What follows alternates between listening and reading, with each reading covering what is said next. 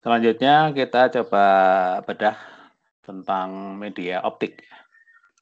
Walaupun media optik ini sudah tidak populer di kondisi yang sekarang. Namun kita mungkin pernah gunakan sebelumnya ya. Nah, seperti apa media optik itu? Ini sejarahnya diawali dengan yang disebut dengan compact disc CD, di mana awal-awal media optik itu digunakan untuk menyimpan audio, suara, atau lagu. Satu CD durasinya 60 menit, itu identik dengan pita kaset.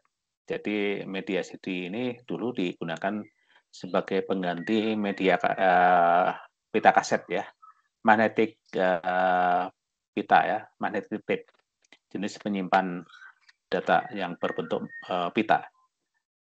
Karena pita kaset itu relatif mudah rusak ya, kalau kena suhu yang agak panas sedikit atau kena magnetik, maka isi lagunya bisa kacau ya. Nah, ini dengan adanya CD itu udah terobosan yang cukup bagus waktu itu ya. Kemudian dikembangkan untuk nyimpan data yang disebut dengan CD-ROM, di mana satu keping CD-ROM itu bisa digunakan untuk menyimpan data 680 MB. Nah, layout penyimpan data bisa dilihat di sini. Jadi bagian yang gelap ini adalah lapisan penyimpan data. Ini kondisinya sudah ada data yang tersimpan. Jadi sebelum dilakukan penyimpanan data atau burning, sebenarnya lapisan itu datar aja di sini ya. Ini datar aja. Di sini lapisan mula-mula itu di sini.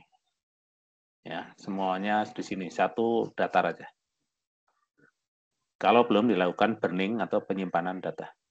Nah, di gambar ini sudah diisi data sehingga lapisan penyimpan datanya menjadi bergelombang seperti ini. Tadinya datar sini ya. Nah, bagaimana proses burning itu terjadi? Nah, ada sinar laser dari bawah sini, ini yang akan melakukan burning atau tembakan-tembakan ke sisi lapisan penyimpan data ini, di mana kalau ingin menyimpan bit 1, misalnya dilakukan penembakan, sehingga lapisan penyimpan datanya, atau ini sebenarnya lapisan pemantul cahaya sebenarnya ya, dia akan terdesak ke dalam. Ya. Kemudian kalau bit 0 misalnya, lapisan itu dibiarkan tidak ditembaki. Nah, sehingga menjadi apa yang disebut dengan line dan bit. Ya. Yang bentulan sama ini yang lepungan. Ya. Ini ditembakin cahaya laser dari bawah. Setelah selesai, dilakukan proses penulisan, lapisan datanya menjadi tidak rata seperti ini. Ketika dilakukan proses baca, maka cahaya laser untuk baca itu tidak sekuat untuk nulis, sehingga tidak akan merusak lapisan data. Nah, cahaya laser itu akan dipantulkan oleh lapisan penyimpan data atau pemantul ini. Pantulannya itulah yang akan ditangkap oleh di sini ada receiver-nya, ya, penerima pantulan cahaya. Pantulan yang mengenai lapisan LAN itu tentu akan beda dengan yang mengenai lapisan bit. Nah, perbedaan itulah yang nanti akan diartikan sebagai bit 0 atau bit 1. Jadi prinsipnya seperti itu, baca data di media optik ya. Nah, kemudian kalau kita lihat layout ini, lapisan penyimpan data itu atau lapisan reflektif itu, pemantul cahaya itu cenderung dekat dengan sisi label. Sisi label itu yang biasanya ada gambarnya atau yang bisa kita tulisi. Kemudian lapisan yang bening atau kaca itu yang sisi sini. Jadi lapisan penyimpan data itu agak jauh dibanding lapisan yang beningnya. Dia cenderung dekat di lapisan label. Sehingga di media optik itu kita tidak boleh menulis dengan alat tulis sembarangan. Misalnya memberi label atau judul atau apapun, identitas di situ, maka alat tulis yang dibolehkan adalah yang tidak memberi penekanan ke lapisan ini ya. Karena kalau terlalu kuat tekanannya, maka itu bisa merusak lapisan data ini. Nah, itu ya. Sehingga seandainya eh, CD-ROM ini kena goresan, ya, goresan dengan kedalaman yang sama antara sisi bagian label dan sisi bagian yang bening, kira-kira goresan di sebelah mana yang cenderung merusak data?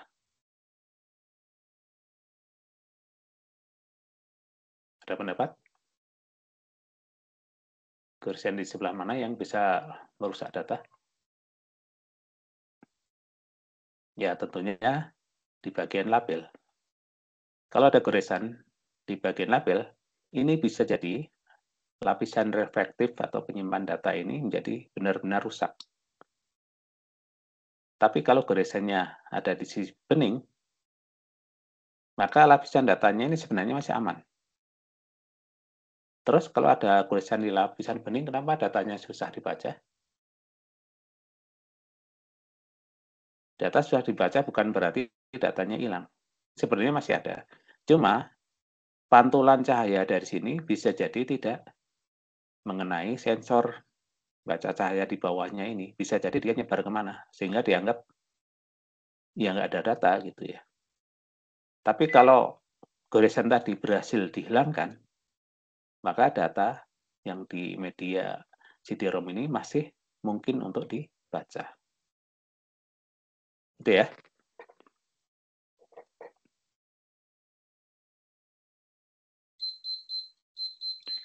Kemudian keterbatasan kapasitas CD-ROM ini memicu orang untuk mengembangkan teknologi yang lebih bagus lagi.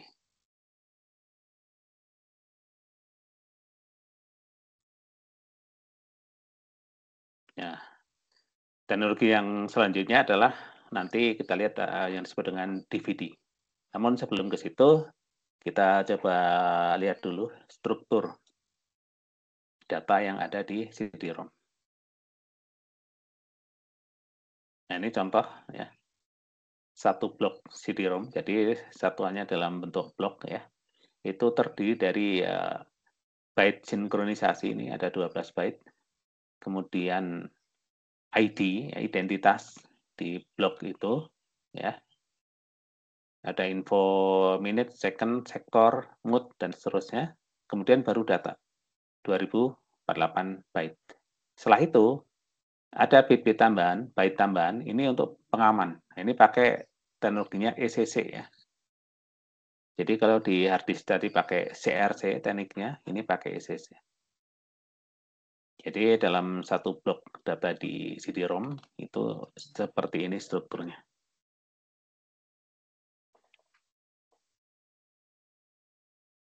Kemudian dulu pernah kita kenal adanya CD-RW ya. Jadi tidak hanya ditulis sekali, tapi bisa beberapa kali.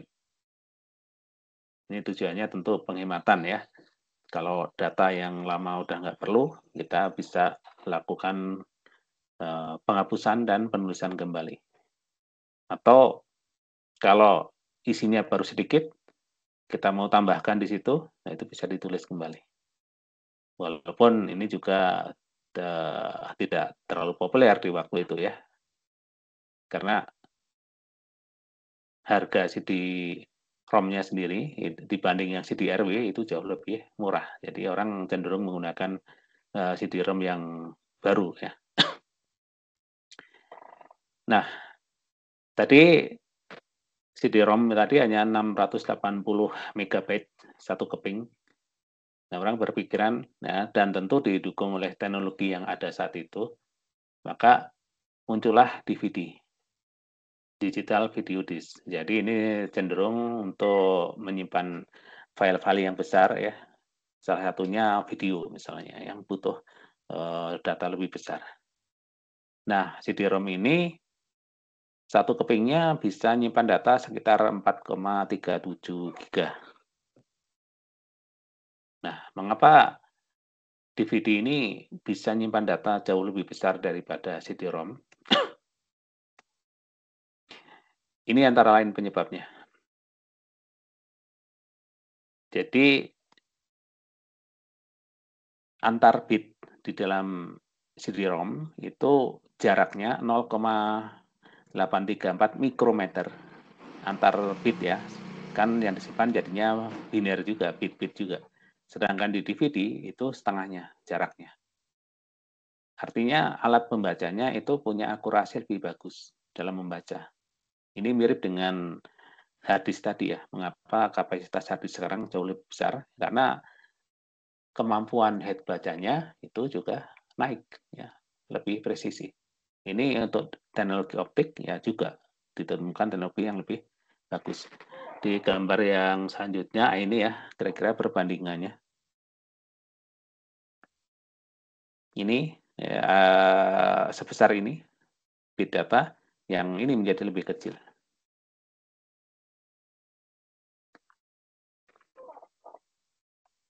Kembali ke sini ya. Jadi selain jarak antar bitnya lebih kecil, jarak antar spiral itu gini, layout penyimpan data di media optik itu tidak seperti di hard disk. Kalau hard disk kan ada track, ada sektor ya. Satu track itu satu lingkaran utuh.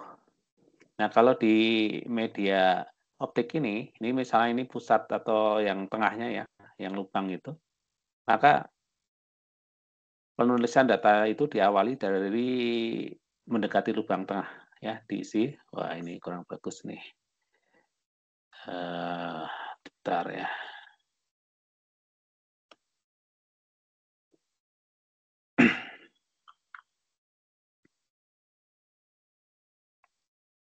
Oke, misalnya ini lubang yang CD itu. Nah, penulisan datanya diawali dari sisi dalam. Terus menerus membentuk semacam spiral gitu ya. Kalau makin banyak data yang disimpan, kalian bisa perhatikan ya waktu itu akan semakin luas. Jadi warna yang sudah dilakukan burning dengan yang belum itu terlihat bedanya ya dan seterusnya. Jadi dari sisi dalam membentuk spiral makin ke luar ya. Kalau sedikit ya hanya sedikit yang agak gelap biasanya. Kalau kita perbesar ya, ini misalnya jaraknya ya. Nah, ini maksudnya jarak antar spiral itu ini. Ini menjadi lebih sedikit. Ya, lebih rapat. Tadinya 1,6 mikro, sekarang menjadi 0,74 mikro. Ya, ini yang menyebabkan kapasitasnya naik untuk luasan yang sama ya. Sehingga satu keping DVD itu bisa digunakan untuk menyimpan data 4,7 giga. Sekarang ordernya udah jadi giga. Nah, di zaman itu flash disk masih kecil-kecil ya, kapasitasnya masih kecil. Sehingga DVD ini menjadi alternatif untuk menyimpan data, biasanya ya film ya, yang ukurannya besar-besar. Flash disk belum support untuk menyimpan yang besar-besar saat itu ya. Nah, dengan teknologi di flash disk yang bisa besar, otomatis ini akan menyaingi media optik di DVD, sehingga untuk menyimpan file yang besar, misalnya film itu cukup dengan flash disk, ya. Atau kalau banyak dengan hard disk eksternal yang harganya tentu jadi lebih murah per bitnya dibanding di zaman ini, ya. Nah, orang belum puas dengan kapasitas 4,7 giga, maka dikembangkan lagi bagaimana dengan satu keping itu kapasitasnya bisa naik. Caranya adalah sisi atas dan bawah itu digunakan untuk menyimpan data semua. Jadi tidak hanya di satu sisi. Nah, dengan dua sisi ini bisa dapat 8,56 giga. Tapi orang terus berpikir pengen lebih besar lagi dalam satu keping. Nah, caranya adalah dengan menggunakan lapisan yang lebih dari satu. Lapisan lebih dari satu dalam satu sisi. Dan kedua sisi digunakan semua. Sehingga dalam satu keping ini bisa dapat sampai 17 GB. ya kapasitasnya. Nah, ini layoutnya contohnya. Ini sisi yang atas, ini sisi yang bawah ya. Dalam satu sisi ini ada dua lapisan. Misalnya yang warna merah ini ya, ini adalah lapisan yang dalam. Lapisan reflektif atau penyimpan data yang dalam ya. Ini sisi yang bawah, ini yang sisi yang atas. Kemudian yang warna biru ini lapisan yang lebih luarnya. Ini yang bagian atas juga ada. Jadi di contoh ini ada dua lapisan untuk setiap sisinya. Nah, bagaimana proses baca data di lapisan data yang berbeda ini? Kalau hanya satu lapisan, satu sisi satu lapisan gampang dipahami ya. Ya tinggal dinyalakan lasernya aja, nanti pantulannya yang dibaca. Kalau ada dua lapisan, bagaimana caranya? Nah, di teknologi ini, intensitas cahaya laser ini bisa diatur. Jadi kalau mau membaca lapisan yang di dalam, ya, yang sisi di dalam, misalnya ini, yang sisi ini, maka intensitas lasernya dinaikkan sehingga dia menembus lapisan yang luar. Jadi tidak terpantul oleh lapisan luar. Nanti dia akan terpantul oleh lapisan yang dalam. Sebaliknya kalau ingin membaca data di lapisan yang lebih luar, intensitasnya dikurangi sehingga dia sudah terpantul duluan, tidak sampai nembus. Ya kira-kira seperti itu tekniknya. Teknologi dengan dua layer, kemudian dua sisi. Jadi sebenarnya ada empat lapisan data di sini ya. Itu bisa didapat kapasitas sampai 17 GB dalam satu kepingnya. Nah, teknologi terus berkembang. Mungkin kalian pernah dengar yang disebut dengan Blu-ray. Ya, kemarin di pertemuan pertama sempat ada tulisan ya Blu-ray. Nih, salah satu input outputnya. Nah, Blu-ray ini teknologi yang lebih canggih lagi dibanding DVD karena kita lihat ini ya jarak antar bit ini lebih kecil lagi. Kalau DVD 1,32 ini 0,58 sehingga lebih rapat lagi. Jadi Blu-ray ini bisa nyimpan data jauh lebih rapat.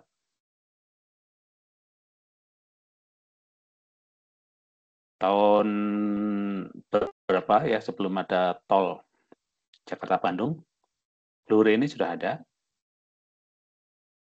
Waktu itu kapasitasnya udah sampai 50 giga. Ya, teknologi media optik. Tapi terus tidak berkembang lebih lanjut dengan adanya media lain yang perkembangannya juga pesat. Misalnya tadi dengan lebih murahnya harga hard disk eksternal, kemudian flash disk, ya, kapasitas semakin besar, maka media optik ini tidak digunakan lagi ya. Karena bagaimanapun media optik itu juga punya kekurangan. Ya.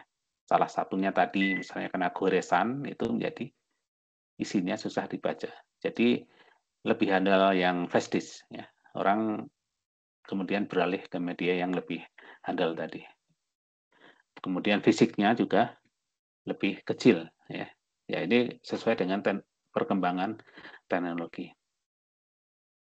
Demikian bahasan kita di pertemuan ini. Silakan jika ada yang punya pertanyaan.